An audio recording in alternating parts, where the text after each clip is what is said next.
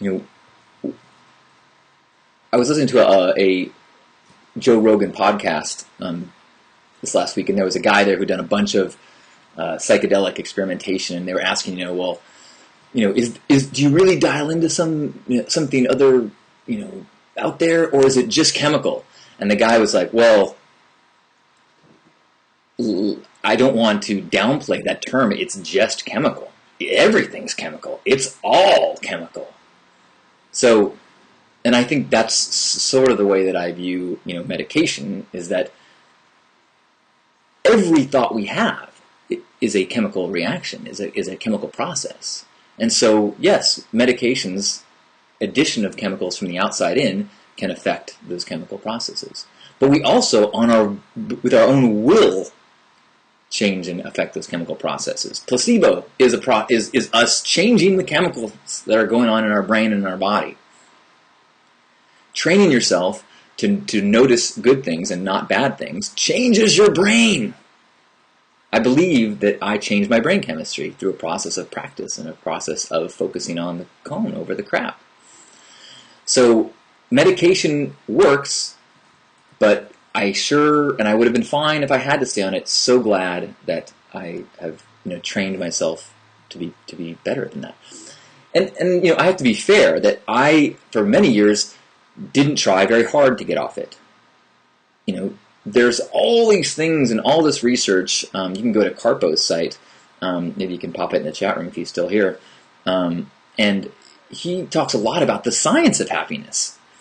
And there's all sorts of things that people recommend. Actually, on Jacob's site too, jacobglass.com, he's got a happiness boot camp with all these things. And he's got even a worksheets of gratitude lists and all these things that you can do.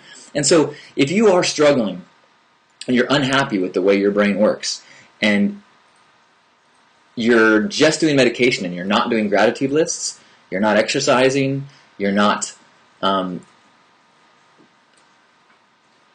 being critical about the information and media you intake, then you're not really, I think that's kind of a cop-out. Because I think all of those things, even just being critical about the media, even, not reading magazines that talk about all the ways to get yourself thinner, implying that you're not okay now, or news, it's constantly telling you all the things that you have to be scared of and all the things that you're doing wrong. Commercials that in general are based on trying to say that there's something that you need to fix with our products. There's a reason why so many people engage in the world and then take medication to deal with the anxiety that it causes, and take more medication so they can sleep, when we could probably do a lot of good by being gardeners and taking the weeds out of all these things that are sucking the resources, sucking the joy, and affecting our chemical processes of our brain. Paradimo says, we are taught to be anxious about so many things. Absolutely! I mean, it works. Science has shown that you make people anxious and they are easily manipulated. You make someone anxious and provide them a shallow answer and they will go in that direction. I mean, that's why we get scared with things, political things. That's why we get scared with health things. That's why we get, and it all comes back to you. It all comes back to recognizing that you are your authority. You are the only authority. That goes back to that thing about the dragon. Part of the reason why it took a long time for me to tame the dragon over the years is because I thought that was, for me to be cool, the dragon had to think I was cool. It wasn't until I go, oh, no.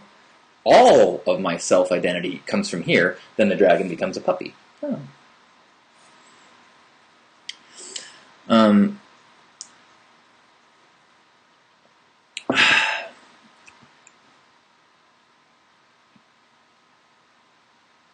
Yeah.